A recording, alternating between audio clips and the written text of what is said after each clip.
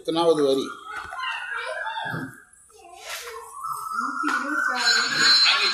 100.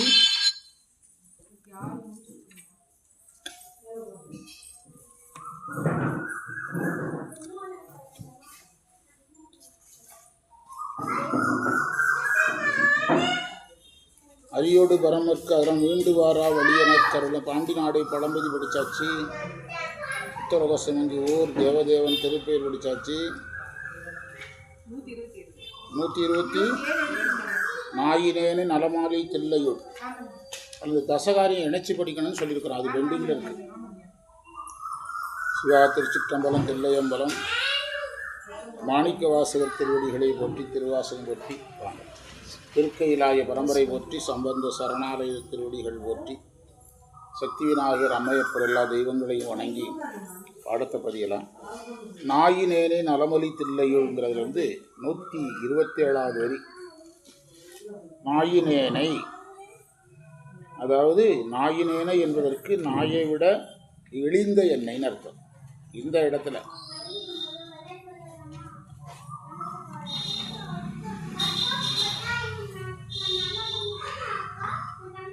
நலம் நன்மை, மலிந்த மிகுந்த, கோலம் அழகு, ஆர்தரு, ஆர்தர்னா நிறைந்த,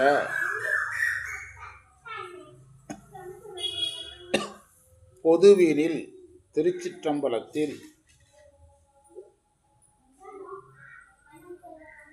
ஏல நான் ஏற்றுக்கொள்ளும்படி, எண்ணெய்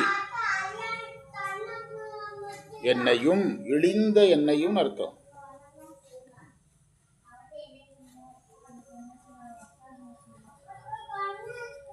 இங்கு மண்ணுலகில்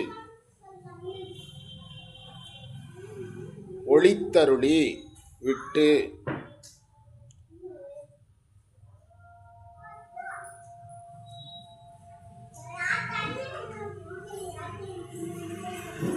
அன்று உடன் சென்ற,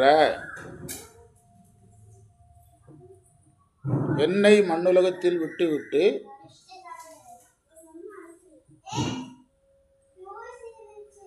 பலரை உன்னோடு அழைத்துச் சென்றாயின்னு அர்த்தம்.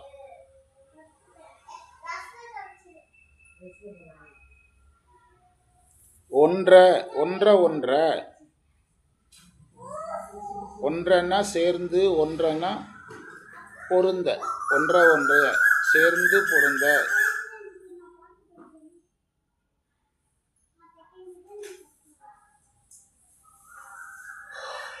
உடன் கலந்தருளியும், கலந்தருளின்னு அர்த்தம். எவருடன் கலந்தருளின்னு என்று அர்த்தம். குறிப்புரை, இறைவனே குருவாக தோன்றி திருப்பெருந்துறையில் பல மாணவர்கள் சூழ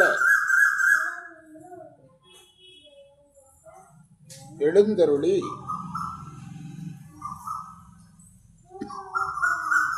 மாணிக்க வாசகரை அடிமை கொண்டார்.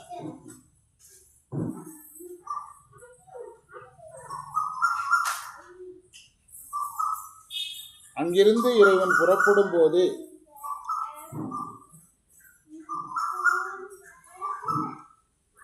மாணிக்க வாசகரை பார்த்து நீங்கள் தில்லைக்கு வருக என்று கட்டளையிட்டார்.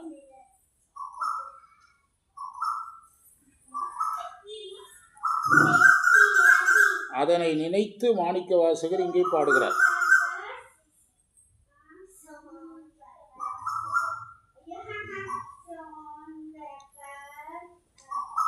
என்னையும் அழைத்து செல்லுகின்ற அளவிற்கு எனக்கு தகுதி இல்லை என்று மாணிக்க வாசகர் பணியோடு நினைத்தார்.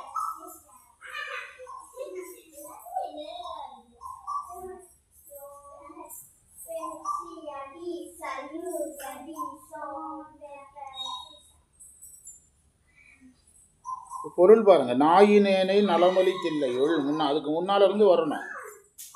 இருள் கடிந்தருளிய ஆணவமலம் நீக்கிய இன்ப நிலையை கொடுத்த அருள்மலையாக இறைவன் இருக்கிறான். யாராக இருந்தாலும் அவர்களை தனக்குள் கட்டுப்படுத்துகிறவனாக இருக்கிறான்னு வருதில்ல. அதற்கு பிறகுதான் மாணிக்க வாசகர் நாயினேனை நலமொழி தில்லைங்கிறார். மாணிக்க வாசகர் இறைவன் புறப்படும் போது அவர்களோடு செல்லும் தகுதி உடையவர். ஆனாலும் இறைவன்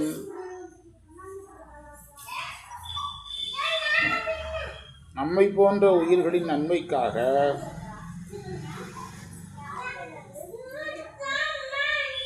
அவரை நில உலகில் விட்டு சென்றார்.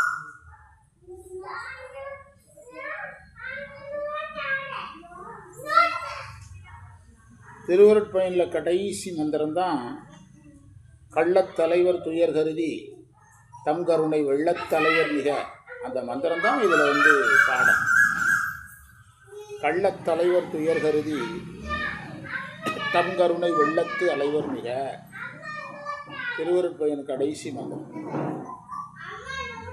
அதுக்கு பொருள் என்னன்னா, பக்குவப்படாதவர்கள் நன்மைக்காக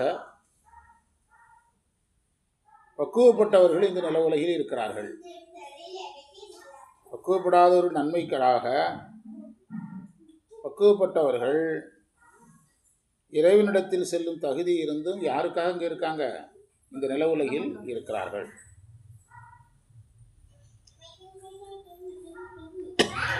இறைவன் பக்குவப்பட்டவர்களை இரண்டாக பிரிக்கிறார். ஒன்று,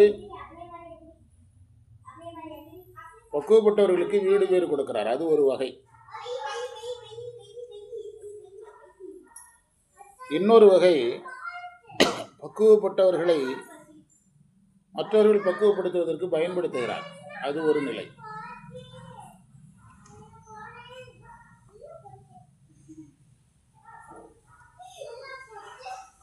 பக்குவப்பட்டவர்களை மற்றவர்களை பக்குவப்படுத்துவதற்கு பயன்படுத்துகிறார். திருவம்பாவையில்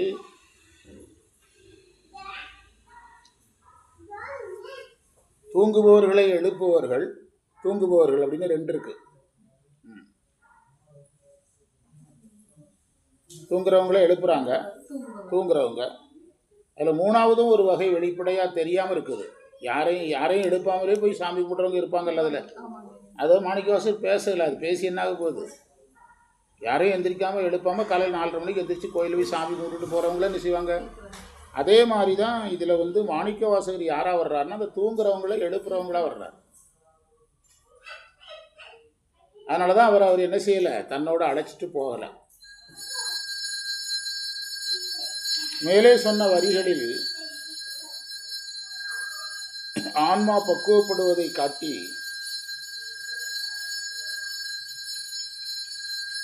அந்த பக்குவம் ஆன்மாவுக்கு வந்த பிறகு தன்னை நாயை விட இழிவாக அந்த உயிர் கருதும்.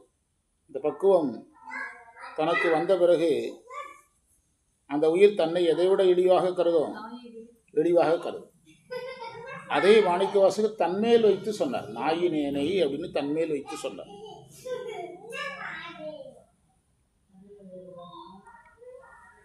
நான் கையிலை புறப்படுகிறேன், என் கூட இருப்பவர்களும் கையிலை புறப்படுகிறார்கள், நீங்கள் எங்கே வாங்கன்ட்டாரு? தில்லைக்கு வாங்க என்று சொன்னார். ஒரு தில்லை வர்றதுல என்ன நன்மைன்னா, வரும்போது நிச்சயமாக பதிகங்களை என்ன செய்வார்? பாடுவார். பதிகங்களை பாடுவார். பக்குவப்படாத ஆன்மாக்களையெல்லாம் சந்திப்பார். அதெல்லாம் விட திருவாசகத்தை எழுதி வாங்கணுமா இவர்கிட்ட? எங்கே வச்சு தான் எழுதி வாங்குறாரு? தில்லையில் வச்சு தான் எழுதி வாங்கணும். தில்லை நடராஜர் கோயிலுக்கு வடக்கு பக்கத்தில் தான் அவர் எழுதி வாங்கின இடம் இருக்குது. நீங்கள் சிதம்பரம் போனீங்கன்னா அதை பார்க்கணும். நல்லா போயிருக்கிறேன். தில்லை கோயிலுக்கு வடக்கு பக்கத்தில் ஒரு சின்ன கிராம தேவதை கோயில் மாதிரி இருக்கும். நம்ம ஒரு மாரியம்மன் கிராமத்து மாரியம்மன் கோயில் மாதிரி இருக்கும். அதுதான் அவர் எழுதி வாங்கின இடம். கோயிலுக்கு நேரு வடக்கு கொஞ்சம் தூரம் போகணும், 1 கிலோமீட்டர் போகணும். மாணிக்கவாசகர் திருவாசகத்தை எழுதி கொடுத்த இடம்னு சொல்லுவாங்க. போகிற வழியில் திருவாவடுதுறை மடம் வரும், அதை கடந்தால் அந்த கோயில் வரும். அந்த கோயில் வந்து அந்த அந்த ஏரியாவில் குடியிருக்கிறவங்க தான் நிர்வாகம் பண்ணுறாங்க. நம்ம ஒரு கிராம தேவதை கோயில் மாதிரி இருக்கும். கருப்பசாமி கோயில், மாரியம்மன் கோயிலுக்கு எப்படி பூஜை நடக்குமோ அது மாதிரி தான் அங்கே நடக்கும். பார்க்குறதுக்கு அப்படி இருக்கும். ஆனால் கோயில் வந்து வரலாற்று சிறப்பு. இப்படி பல காரணங்கள்னால அவர் தன்னோடு யாரையும் அழைச்சிட்டு போகலை. நலமலி தில்லை என்று சொன்னது, நலம் என்பதற்கு நன்மைன்னு அர்த்தம். இங்கு நன்மை என்பது ஞானம். இங்கு நலம் என்பது நன்மை என்பது ஞானம். அதைத்தான் நம்ம வந்து நன்னெறியாவது நமச்சிவாயவேன்னு சொல்கிறோம். நன்னெறியாவது, அதான் நலம் தான் நன்மை தான் நன்னெறியாவது நமச்சிவாயவே.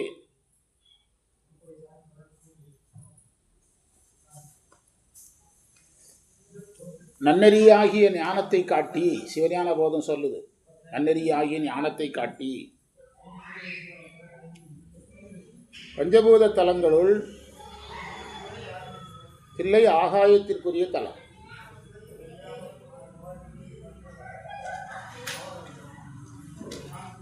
இறைவன் ஐந்தொழில் புரிகின்ற நடராஜராக அங்கு இருக்கிறார்.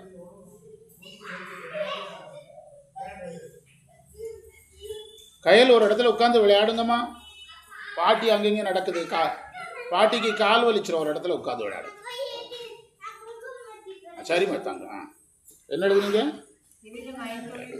தில்லை வந்து நடராஜருடைய பஞ்சபூத தலங்களில் தலைமை தலம். எது? ஆகாயத்தலம். நடராஜர் நடனம் புரிகின்ற தலம், இறைவனுடைய ஐந்தொழிலை குறிக்கிற தலம்.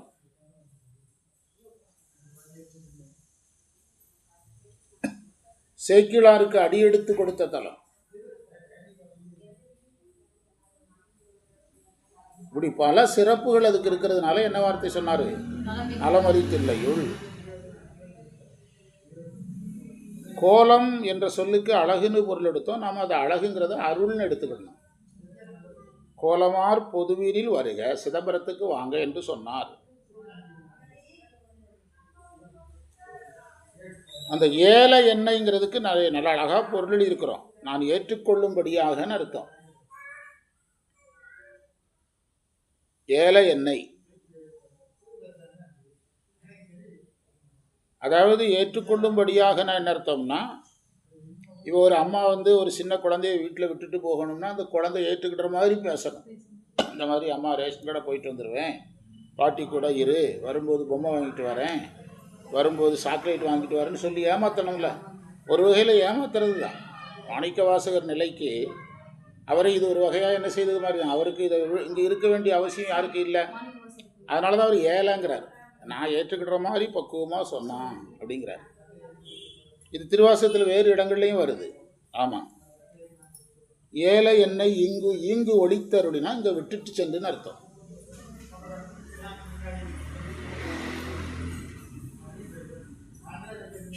இந்த 5 வரியை நம்ம முதல் 3 வரியை தனியாக பிரிக்கணும், அடுத்த 2 வரியை தனியாக பிரிக்கணும். முதல் 3 வரி மாணிக்க வாசகர் சம்பந்தப்பட்டது, அடுத்த 2 வரி இறைவன் போகும்போது கூட போனவங்க சம்பந்தப்பட்டது. முதல் 3 வரி இறைவன் மாணிக்க வாசகரை திருவாசகம் எழுத வைக்க, அவரிடத்தில் திருவாசகத்தை எழுதி வாங்குவதற்காக செய்ததை சொல்லுது.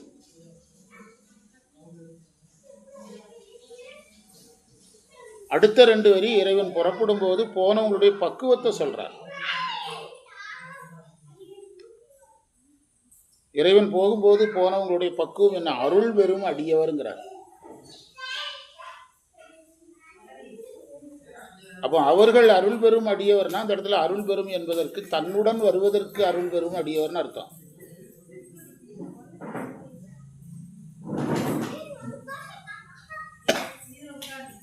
இவரை வந்து தில்லைக்கு வாங்கன்னு சொன்னார்ல, அதுவும் அருள் தானே.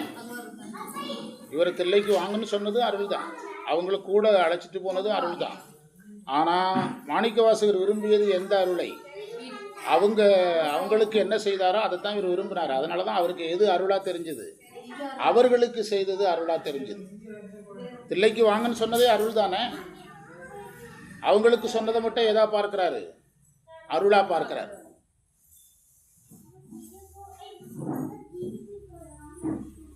அப்போ இந்த 2 வகையான நிலைப்பாட்டுக்கு இப்போ நாம் மாணிக்கவாசகர் மேலே வச்சிருக்கிற மதிப்புனால திருவாசகம் எழுதுறதுக்காக விட்டுட்டு போனாருன்னு சொல்லுவோம். ஆனால் மாணிக்கவாசகர் பணிவு மிகுந்தவராக இருக்கிறவர் அப்படி சொல்லுவார். திருவாசகம் எழுத வேண்டியதுனால நீ விட்டுட்டு போனார். அவர் கூட போனவங்களுக்கெல்லாம் என்ன எழுத தெரியாது, எனக்கு மட்டும்தான் எழுத தெரியும் அப்படி மாணிக்கவாசகர் சொல்லுவாரா? நம்ம எல்லாருமே அப்படி சொல்லுவோம். ஏன்னா நமக்கு முனைப்பு இருக்குது. நம்ம என்ன தான் சைவம் பண்ணாலும் நான்கிற எண்ணம் நமக்கு என்ன செய்யுது? கொஞ்சம் இல்லை, நிறையா இருக்குது. அவருக்கு அது இல்லை. அப்போ அவர் அதை 2ஆக பிரிக்கிறாரு. பிரிக்கும்போது என்ன இங்கே விட்டுட்டு போனாருன்னு சொன்னார். அதை சொல்கிறத தவிர திருவாசகம் எழுது தான் விட்டுட்டு போனாருன்னு அவர் நினைக்கிற அளவுக்குலாம் அவருக்கு நேரம் கிடையாது. அவங்க அளவுக்கு நம்ம என்ன இல்லை, குவாலிட்டி இல்லை நம்மகிட்ட.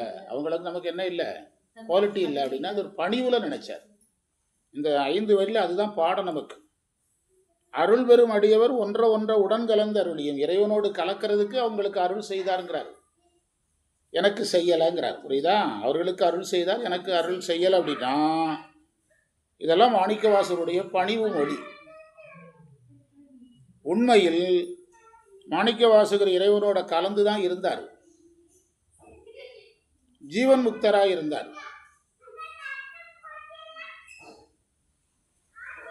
ஜீவன் முக்தர்களுக்கு உடம்பு தடை. யாரை அடைவதற்கு? ஆமாம், அவ்வளோதான். அந்த உடம்பு மட்டும் அவருக்கு இருந்தது. ஏன்னா அந்த உடம்பை வச்சு கொஞ்சம் வேலை வாங்கணும். யாரை? மாணிக்கவாசகரை. அதனால் உடம்பு தடை. அவரும் இறைவனோட கலந்து தான் இருந்தார். ஆனால் நான் கலந்து தான் இருக்கிறேன்னு சொல்கிற அளவுக்கு அவருக்கு என்ன கிடையாது.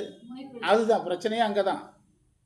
நானும் கலந்து தான் இருந்தேன், அவங்களும் கலந்து தான் இருந்தார். என்ன விட்டுட்டு போனார், அவங்கள போச்சுனார். அவங்களுக்கு திருவாசகம் எழுத தெரியாது, எனக்கு தெரியும், அதனால் என்ன விட்டுட்டு போனார் அப்படி யாரும் சொல்ல மாட்டாங்க. ஆனால் நாம் அப்படி சொல்லணும். அந்த அவர் கூட போனவங்களுக்கு வீடு பேர் பெற தான் தெரியும், என்ன எழுத தெரியாது. அதற்கான தவமுடையவர் யார் தான்? இறைவன் கூட போனவங்க பெரிய ஆளா, மாணிக்கவாசகர் பெரிய ஆள்னா யார் தான் பெரிய ஆள்? அதுதான் அதில் உணரணும். நீங்கள் இவ்வளோ நேரம் இதை கேட்கலன்னா இந்த கோணத்தில் பார்க்க தெரியாது. ஆமாம், பார்க்க தெரியாது. பொதுவாக பார்த்தா யார் பெருசு மாதிரி தெரியும்? கூட போனவங்க பெருசு மாதிரி தெரியும். உண்மை அது கிடையாது. யார் தான் பெரியவர்? அதை மாணிக்கவாசகர் பணிவு காரணமாக என்ன செய்யலை, சொல்லலை. நாயினேனை நலமலி தில்லையில் கோலமாறுதரு பொதுவினில் வருக. வருகன்னு சொன்னதும் ஒரு அருள் தான். வருகை என்று அருள் புரியாயேன்னு கேட்குறாருல, வருக என்று பின்னால் அருள் புரியாயேன்னு கேட்குறாருல. அங்கே அவர் வருகன்னு சொன்னது இவங்களை கூட்டு போகிற மாதிரியே இங்கே கூட்டு போன அர்த்தம். அங்கே சிதம்பரத்துக்கு வருகன்னு சொன்னது இவருக்கு அவ்வளோ உடன்பாடு இல்லை. ஆமாம், சிதம்பரம் 2 அருள் தான். ஆனால் இந்த அருள் அவருக்கு பெருசாக தெரியலை. சிதம்பரம் நம்ம நினச்சா போகலாம், அது என்ன இவர் சொல்கிறாரு, இவரை நம்மளை கீழே வச்சு வேலை வாங்குறாரு, ஏதோ நம்மளை வேலை வாங்க பார்க்குறாருன்னு யாருக்கு புரியுது? இதை இவ்வளவு அரிய செய்திகள். இதை இன்னும் நிறைய பேசணும். இன்னும் 1 மணி நேரம், இன்னும் 1 நாள் பேசலாம். எதில்? இதில் ஏன் சிதம்பரத்தை சொன்னார், ஏன் இவரை இருக்க சொன்னார். நீங்கள் திருவம்பாவை முழுவதையும் இதில் இணைச்சி படிக்கணும். திருவம்பாவையில் அந்த தூங்குறவங்களை எழுப்புற இடத்துல யார் இருக்கிறா? ஆமாம், நீங்கள் அதனால தான் அந்த திருவாசகத்தில் தூங்குறவங்களை எழுப்புறவங்க சீனியராகவும் எழுறவங்க வயது குறைஞ்சவங்களாகவும் இருப்பாங்க. முதல்ல எழுப்ப போகிறவங்க யாராக இருக்கணும்? விதிப்படி சீனியராக இருக்கணும். எழுப்பப்படுறவங்க வயது குறைந்தவங்களாக இருக்கணும். ஏன்னா அவங்க தூங்குறதுக்கு அதிக நேரம் கொடுக்கணும். ரொம்ப வயசு குறைஞ்சவங்கள தான் எப்போ எழுப்புவாங்க? கடைசியில் எழுப்புவாங்க. முதல்ல ஆரம்பிக்கிறான்னா முதல்ல யாரை மட்டும்தான் பெரியவங்கள தான் முதல்ல எழுப்புவாங்க. இந்த எழுப்புகிற வேலை யாருக்கு இருக்குது? அதனால் அவர் அவரை விட்டு சென்றார். அந்த கோணத்தில் இதை திருவம்பாவையில் இணைச்சி படிக்கணும். அந்த கோணத்தில் யாரும் எழுதவும் இல்லை, இந்த புத்தகத்திலே இல்லை. ஆனால் அப்படி பார்த்தீங்கன்னா தான் நீங்கள் நல்லா எதை புரிந்து கொள்ள முடியும். திருமுறையை நம்ம இப்படி படிப்படியாக புரியணும். அடுத்ததில் ஒரு கொஞ்சம் பொருள் எழுதுங்க. எய்த வந்திலாதார் எரியில் பாயவும். எய்த வந்திலாதார் சிவனோடு செல்லும் வாய்ப்பு பெறாதவர். மாலதுவாகி மயக்கம் எய்தியும். மால்னா விருப்பம். பூதளம் அதனில் புரண்டு விழுந்தலறியும் கால்விசைத்தோடி கடல்புக மண்டி.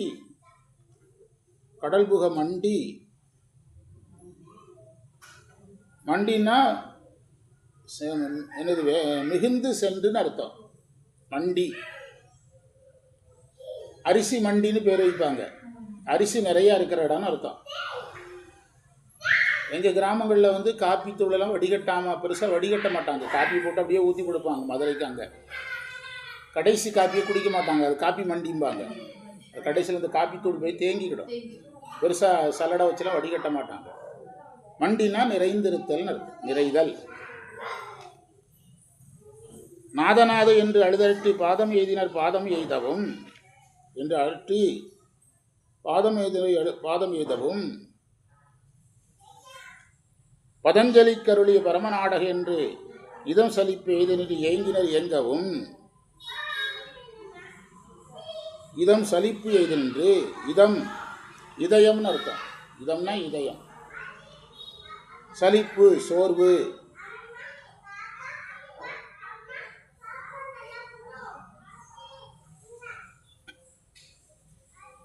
இப்போ பொருள் பாருங்க. அதாவது எய்த வந்திலாதார் எரியில் பாயவும், அதுக்கு பொருள் சொல்ல போகிறோம். 132வது வரி. இறைவனோட போகிறதுக்கு வாய்ப்பு கிடைக்கல. மாணிக்க வாசகர்கிட்ட சொன்ன மாதிரி எங்கே வாங்கணும்னு சொல்லலை. அவங்கள தில்லைக்கு வாங்கினா அவங்கள திருவண்ணாமலைக்கு வாங்கினாலும் சொல்லியிருக்கணுமில்ல, ஒன்றுமே சொல்லலை. அவங்கெல்லாம் என்ன செய்தாங்கன்னா நெருப்பில் குதித்து உயிரை விட்டுட்டாங்க. நீங்கள் இந்த இடம் புரியலை, நாம் ஏன் இவ்வளோ நேரம் அரை மணி நேரம் பேசுகிறேன்னா அது உங்களுக்கு பெருசாக சிலருக்கு தெரியாமல் இருக்கலாம் என்ன பெருசாக சொல்லிட்டாங்கன்னு. இவங்கள பார்த்தா தான் அங்கே மாணிக்க வாசகர் நிலைமை என்னங்கிறது தெரியும். இதெல்லாம் நம்ம யோசிக்கலாம் என்ன வந்துடும், உலகம் அழிஞ்சிருமா, இதெல்லாம் நம்ம பார்க்கலாம் என்ன வந்துடும் அப்படின்னா, அந்த மாணிக்க வாசகரை பிரித்து பார்த்தீங்க, அவர் கூட அழைச்சிட்டு போகாத பிரித்து பார்க்குறதுக்கு இப்போ இவங்க செஞ்சதை பார்த்தா தான் அந்த வேதனை தெரியும். இறைவனை நம்ம பார்க்கல பிரச்சனை இல்லை, பார்த்துட்டு பார்க்கலங்கிறது பெரிய வேதனை இல்லை. பார்த்துட்டு பார்க்கலங்கிறது பெரிய வேதனை இல்லை. என்ன சொல்கிறீங்க? அதாவது அப்படி வாய்ப்பு கிடைக்காதவங்கெல்லாம் தீல குதித்து உயிரை விட்டுடுறாங்க. இப்படி பொருள் தெரியுமா நமக்கு இது வரைக்கும்? சுகுமாரப்பட்டியில் அந்த அம்மா அந்த திருவாசத்தை கேட்டு எப்படி அழுதுச்சு. அந்த பிழைத்துங்கிற வரி இவ்வளவு நாளும் பாடுனே, பொருள் சொல்லி தர்றதுக்கு ஒருத்தருமே இல்லைன்னு சொல்லி அழுது ஒரு அம்மா சோமாரப்பட்டிக்கு வந்திருந்தாங்க. பிழைத்துன்னு பாடிக்கிட்டே இருக்காங்க 500 வருஷமாக, யாருமே பொருள் சொல்ல மாட்டேங்கிறாங்க. எனக்கும் பொருள் தெரியாதுங்குது. இந்த வாய்ப்பு சும்மா பாடி என்ன பிரயோஜனம், பொருள் தெரியாமல். அந்த அடையிற வாய்ப்பு கிடைக்காம நெருப்பில் குதித்து உயிரை விட்டுட்டாங்க. ஒவ்வொன்றா எடுத்துக்கிடுங்க. நம்பர் 1. நம்பர் 2, மாலமது ஆகி மயக்கம் எய்தியும் சிலர் இறைவன் கூட போகிறதுக்கு ஆசைப்பட்டு மயங்கி விழுந்துட்டாங்க. 2வது, இது எதுவும் யாருக்கு வரல, அந்த இடம் தான். அதுக்காக தான் நான் அரை மணி நேரம் பேசுகிறேன். ஏன் தெரியுமா? அவங்கெல்லாம் என்ன நினச்சாங்க தெரியுமா? நமக்கு தகுதி இருந்தது விட்டுட்டு போயிட்டாருன்னு நினச்சாங்க. இவர் நினச்சாரு நம்மகிட்ட ஏதோ ஒரு குறை விட்டுட்டு போயிட்டார், விடு, அவர் என்ன சொல்கிறாரோ செஞ்சுட்டு போகலாம் அப்படின்னு யார் நின்றுக்கிட்டா. அதுதான் அந்த வித்தியாசம். மாலதுவாதி சிலர் இந்த இதுக்கு இறைவனோட போக ஆசைப்பட்டவங்கெல்லாம் மயங்கி விழுந்துட்டாங்க. 2வது வகையான மனிதர்கள். அப்போ இதில் பல வகைங்கிறது புரிஞ்சுட்டா இப்போ உங்களுக்கு? திருவம்பாவையில் 2 வகை தான் சொல்லுது. நான் எத்தனாவது வகை சொல்கிறேன்? 3வது வகை சொல்கிறேன். இது 4, 5, 6ன்னு போயிட்டே இருக்கு. இன்னும் ஒரு டீம் என்ன செய்யணும், பூதள முதலில் புரண்டு விழுந்து அலறியும். இன்னும் சிலர் என்ன செய்கிறாங்கன்னா தரையில் உருண்டு குழந்தை அழுகிற மாதிரி அழுறாங்க. புரண்டு விழுந்து அலறாங்க, தரையில் விழுந்து புரண்டு அலறாங்க. ஏன்னா சாமி கிடைக்காம போயிட்டு, அதுதான் பிரச்சனை. வேற ஏதாவது கிடைக்காம போனால் பரவாயில்லைங்க. அந்த கம்பராமாயணத்தில் ஒரு வரி வரும், கண்ணிலான் பெற்றிழந்தான் என உழந்தான் வரும். கண்ணில்லாதவனுக்கு கண்ணு வந்துட்டு போனால் எப்படி இருக்கும்? கண்ணே இல்லாமல் போனால் பரவாயில்ல. கண் பார்வை வந்து உலகத்தெல்லாம் பேசிக்காகவே சின்ன வயசுலேருந்து கண் பார்வை தெரியாது. 25 வயசில் கண் தெரியுது. 3 நாள் கண் தெரிஞ்சுட்டு கண் தெரியாமல் போனால் எப்படி இருக்கும்? அதே மாதிரி ஆயிற்று. யார் வந்தது? இறைவன் வந்தது. இன்னும் சிலர் என்ன செய்வாங்கன்னா தரையில் விழுந்து புரண்டு அலறாங்க. எத்தனாவது வகை மனிதர்கள்? இப்போ மாணிக்கவாசகரோட சேர்த்தா 5 வகை மனிதர்கள். மாணிக்கவாசகரை தில்லைக்கு வாங்கினார், இன்னொரு டீமை கூட கூட்டு போயிட்டார், இன்னொரு டீம் நெருப்பில் குதித்து உயிரை விட்டுட்டு. இப்போ நம்ம தீ குளித்தாருங்கிறவங்க அன்னைக்கு அரசியலில் அன்னைக்கே இருந்திருக்கு. ஒளிக்காக தீ குளிக்கிறாங்க, நாட்டுக்காக தீ குளிக்கிறாங்க. அன்னைக்கு இறைவன் இல்லைங்கிறதுக்காக தீ குளிச்சிருக்காங்க. இறைவனோட நம்ம போக முடியலங்கிறதுக்காக தீ குளிச்சிருக்காங்க. நினச்சி பாருங்க, குளிச்சிருக்கிறாங்க. இன்னும் சிலர் கொஞ்சம் வீக்காக இருக்கிறவங்க மயங்கிடுவாங்க. அவங்க நினச்சது நடக்கலைன்னா மயங்கி விழுந்துருவாங்க. இன்னும் சிலர் குழந்தை மனப்பான்மை, குழந்தைகள் தான் நினைச்சது கிடைக்கலன்னா என்ன செய்யும்? தரையில் புரண்டு உருண்டு அலறும். அதை செய்கிறாங்க. இன்னும் சிலர் நெருப்பில் குதித்து உயிர் விடுற அளவுக்கு தைரியம் இல்லாதவங்க வேகமாக ஓடி கடலில் குதித்து தற்கொலை பண்ணிட்டாங்க. இந்த பொருள்லாம் இருக்குன்னு நமக்கு தெரியவே தெரியாது. கால் விசைத்து ஓடி கடல் புக மண்டி வேகமாக ஓடி கடலில் குதித்து உயிரை விட்டுட்டாங்க. மண்டி நாத என்று அழுது அரட்டி கால் விசைத்தோடு கடல் விசை மண்டி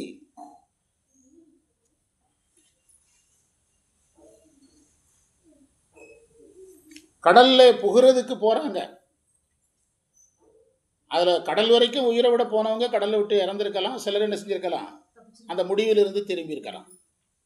அப்படி திரும்பினவங்க நாதா நாதா என்று திரும்ப திரும்ப சொல்றாங்க. நாதா நாதான்னு திரும்ப திரும்ப சொல்றாங்க.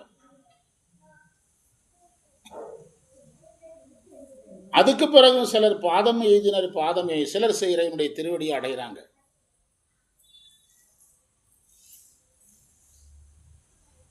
இன்னும் சிலர் இறைவனை போற்றி புகழ்றாங்க. பதஞ்சலி முனிவருக்கு அருளிய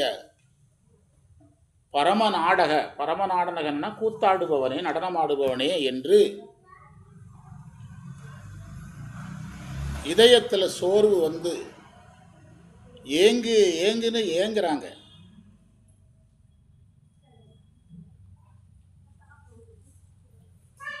இதுல எந்த ஒரு வேலையும் யாரும் செய்யலை.